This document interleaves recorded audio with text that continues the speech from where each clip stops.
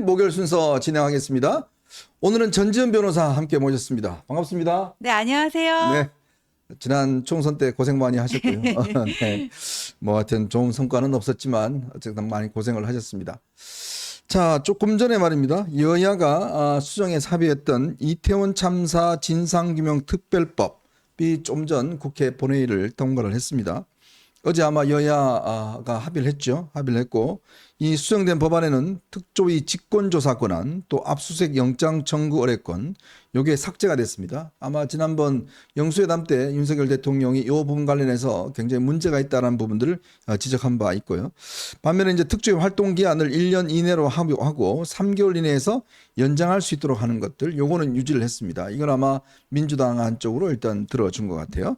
특조위 구성은 9명으로 하고 여야 각각 4명씩 그리고 이제 위원장 1명은 여야가 협의하도록 이렇게 수정 합의한 안을 지금 조금 전에 통과를 했습니다. 그리고 지금 최상병 특검법 요걸 두고 지금 사실은 좀 대치가 있을 것 같습니다.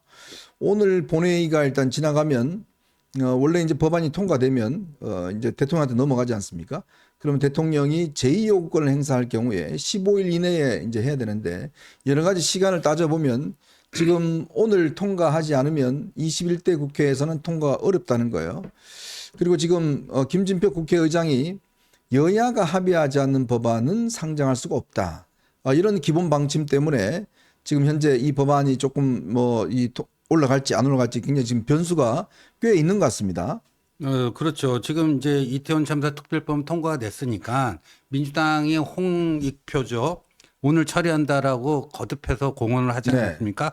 오늘 아침 어디 SBS 라디오 인터뷰 나와서도 그렇게 얘기하던데 그래서 지금 말이죠. 감독님 그 실시간으로 좀 체크를 좀 해 주셨으면 좋겠는데 민주당 측에서 이 쟁점 법안 그러니까 이거죠. 최상병 특검법 또 전세 사기 특별법 네. 요 사실상 여당에서 반대하는 요 두 법을 처리하기 위해서 의사 일정 변경 동의안을 지금 제출하지 않았는가 그렇죠. 보여지고요. 예. 그러면 거기서 두 갈래 길이 있습니다.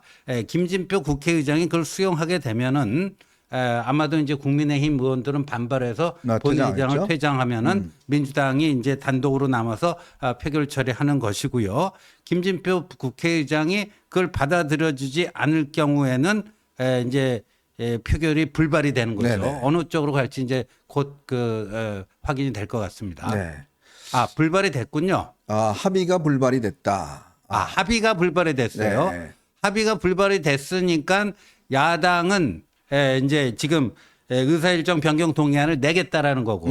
그래서 그거를 김진표 국회의장이 수용을 하게 될 경우에는 보이콧하고 나가겠다. 뭐 이렇게 그렇죠. 될 것 같아요. 그러니까 지금 결국 관건은 이제 김진표 의장이 저 안건을 올릴 것이냐 말 것이냐. 거기에 결국 결정권이 있는 것 같습니다. 그렇죠.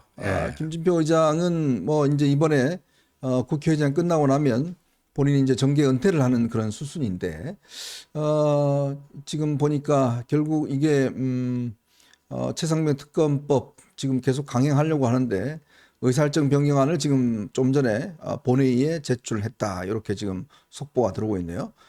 제출했으면 이거 아마 이제 의장이 이거를 이제 상정을 하게 되면 결국은 이제 이 처리가 오늘 두 개 법안이 처리가 되잖아요. 네. 근데 오늘 만약에 이제 못하게 되면 이 법안은 일단 22대 국회로 그렇게 넘어가는 거겠죠. 내일도 근데 시간 있는 거 아니에요? 5월 4일. 그러니까 본회의를 오늘 일단 예정이 됐기 때문에, 예정이 됐기 때문에. 본회의가 아마 오늘 열리면 이제 본회의 하려면 몇 시간 이전에 그 뭐 본회의 열리는 네. 공고를 해야 될 것 같습니다. 그래서 오늘 국회가 본회의가 예정이 됐기 때문에 오늘 안 열리면 아마 4일날 이제 출국하잖아요. 김진표 의장이 그렇죠. 믹타 그 국회의장 회의 참석을 위해서 남미로 출국하기 때문에 그렇게 되면 뭐 이제 회의가 열릴 수 없는 이런 상황이 이제 되지 않겠습니까? 지금 하여튼 뭐 오후 상황이 굉장히 좀 유동적인 상황인 것 같습니다. 조금 더 저희가 자세하게 좀 이런 부분은 토론을 하도록 하겠습니다. 자, 그리고 선관위가 아마 여러분들 이 감사원 감사 결과 이 나왔지 않습니까? 정말 저는 정말 선관위가요 거의 조폭 집단 같아요.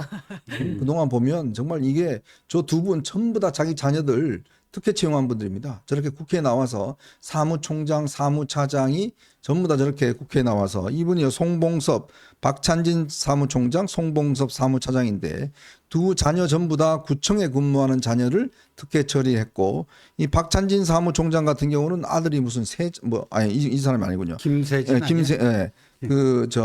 김 뭐죠? 그 뭐 있습니다. 전임 네, 전임 요 사무총장. 전에 했던. 거긴 또 뭐 아들을 직원들이 세자라고 보냈고. 그런데 보니까 이번에 감사원에서 감사를 하는데 이 감사를 제대로 못하기 위해서 온갖 방법을 썼다면서요?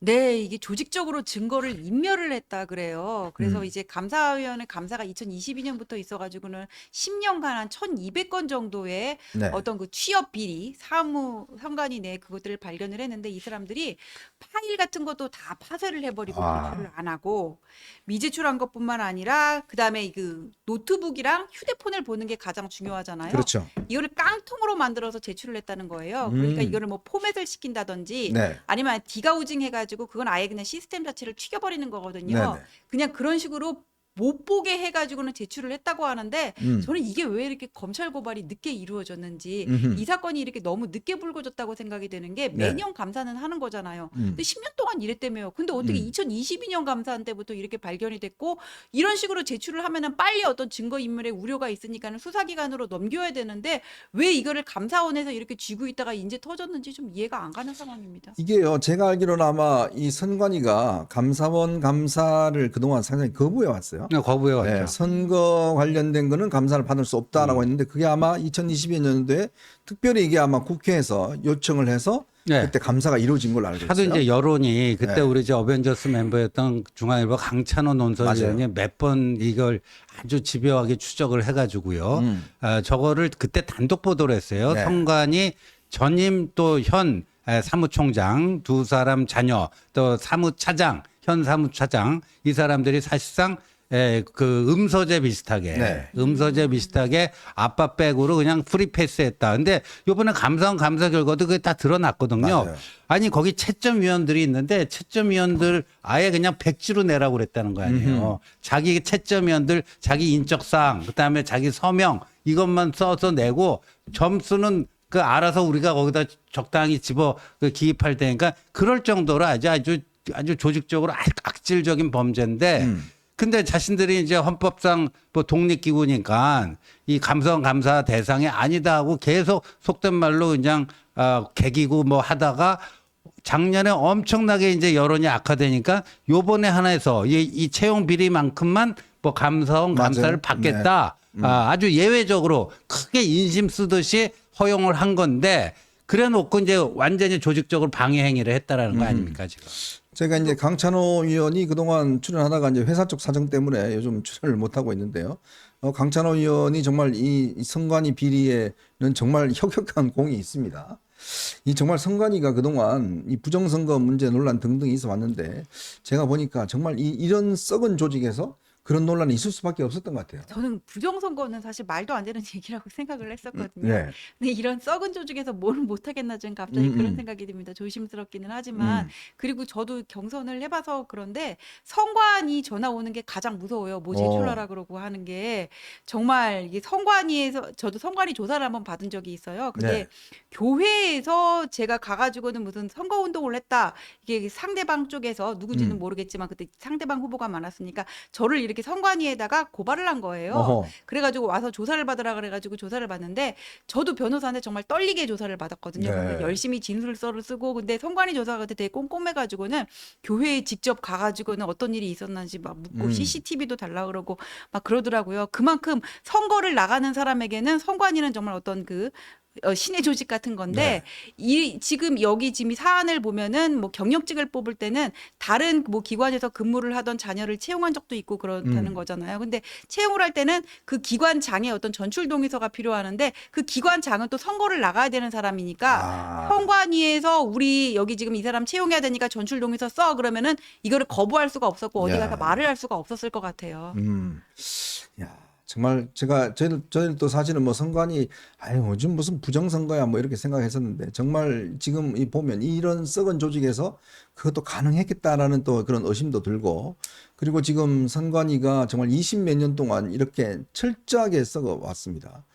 진짜 자기들끼리 성을 쌓아왔고 나머지 사람들은 간섭 못하게 그렇게 만들어 온 거 아니겠습니까? 이번 기회에 정말 아주 그냥 뿌리째 제가 볼 때는 좀 개선을 해야 되겠다. 그렇죠. 그 개선 방안을 만들어야 되는데 감사원 감사 기능이 크게 보면 이제 회계 검사하고 이제 직무 감찰 아닙니까? 근데 이 직무 감찰 부분을 헌법상 독립기구라 해서 그걸 거부해 온 건데 네. 요번에 알고 봤더니 완전히 무슨 동네 조폭 같은 완전 치해복권 지대에 있는 이런 거 아닙니까? 그래놓고 자기들이 헌법상 독립기구 헌법을 운운했다 한 게 진짜 이게 언어 도단이죠. 네. 자, 그리고요. 경기도가 지금 경기 북부자치도를 지금 추진 중에 있는데 어제 말이죠. 경기도가 이 북부자치도의 이름을 평화누리 특별자치도 이걸로 선정했다는 거예요. 뭔 말인지 모르겠습니다. 아니 무슨 평화누리 특별자치도? 그랬더니 지금 이 도대체 무슨 말이냐 이게 지금 이래서 지금 청원이 2만 명이 지금 넘어섰답니다. 이 시간이죠. 요거는 이제 그 전이고 지금 현재 2만 명이 지금 이거 안 된다 이거 수정해 달라. 이 2만 명이 지금 요청을 했다는데 이게 뭐 냄새가 많이 나잖아요. 평화누리 뭐 이런 평화누리. 대북 사업 단체 같아요.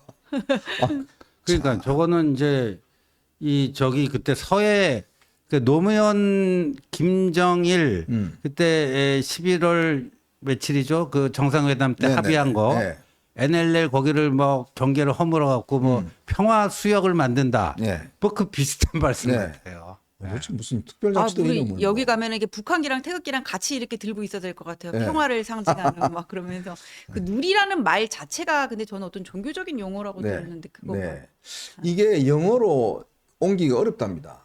이게 영문으로 평화누리 이거를 하기도 어렵고 그래서 이게 지금 이런 거를 만약에 사람들 입에도 잘 붙지도 않고 도대체 왜 경기도 북부도를 지금 이걸로 하는 것인지 참 이거에 대한 아니, 근데 의문이 많습니다. 평화누리 특별자치도 해버리면 기업이 거기 가가지고 투자 안 할 것 같아요. 뭔가 이렇게 평화를 위해 가지고는 여기를 무슨 DMZ라 그러잖아요. 네, 뭐처럼 맞아요. 보존해야 될 것 같은 막 그런 생각이 들거든요. 네. 참. 자, 그리고 김오수 전 검찰총장이 취업 신청을 했는데요. 기존에 일하던 로펌에 결국 복귀를 못하게 됐다고 합니다. 이 옛날에 있을 때 법무부인 화현이라고 여기 있었는데 보통 공직자가 이 취업하려면 이제 심사를 받아야 되는데요. 지금 이게 이제 한 5년 동안 검찰청에 근무하면서 이런 이력이 있는데 문제는 이게 연매출 3년간 연매출 100억 이상 로펌에 취업을 했는데 이 문제는 이 본인이 이따 나온 화현이라는 이 업체가 초과를 했대요. 100억을. 그래서 결국은 이번에 취업 심사 대상에서 제외됐다. 뭐 이런 지금 뉴스도 들어와 있습니다. 그러니까 그 김오수가 화연에 근무할 때 원래 매출액이 100억이 안 됐는데 그렇죠. 100억을 넘기는데 1조를 한 거 아닙니까? 맞아요. 1조를 했는데 그때 어떤 사건을 수임했는가 봤더니 라임 옵티머스 이 금융사기 범죄 와우. 수임을 한 거예요. 그러니까 참 안 좋은데 요번에 이제 저도 그 총선 때 그 금융사기 그거 좀 들여다보면서 네네. 조국당의 1번 박은정의 남편 이종근. 네. 이종근이 작년 2월에 변호사 개업해갖고 10개월 동안 41억 원이 늘었다는 거 아니에요? 근데 그게 보니까 그 휴스템 코리아라고 다단계 사기 금융사기. 맞아요. 네. 그거 단건으로 수임료를 22억을 받았어요. 그러면 그 22억이 범죄 수익으로 봐야 되는 거 아니냐. 네. 그러니까 김호수도 뭐 라임 옵티머스 하면서 주로 그런 거 아니었나 하는 생각이 듭니다. 네. 자, 오늘 여러분들과 함께 제가 세 가지 이슈를 가지고 좀 이야기를 해볼까 합니다. 지금 조금 전에 국회가 이태원 특별법을 통과시켰습니다만은 아마 이거보다는 오늘 이제 최상병 특검법 이거를 지금 집중적으로 통과시키려고 하고 있는 것 같은데 참 이제 앞으로 본격적인 힘 자랑을 시작을 한 것 같습니다. 이제 다수에서 가지고 있으면서 밀어붙이는 게 이제 일상화되는 것 같은데요. 요 문제 한번 짚어보고요. 근데 국민의힘 지금 이 대표 경선이 갑자기 좀 뜨거워졌습니다. 처음에는 뭐 나경원 당선인 정도 출마할 걸 예상했는데 지금 뭐 다들 또 출마하겠다고 그러고 있어요. 유승민 전 의원을 비롯해서 김태호 또 안철수 뭐 이런까지 지금 대표 경선 출마하겠다 그러는데 지금 또 원내 대표는요.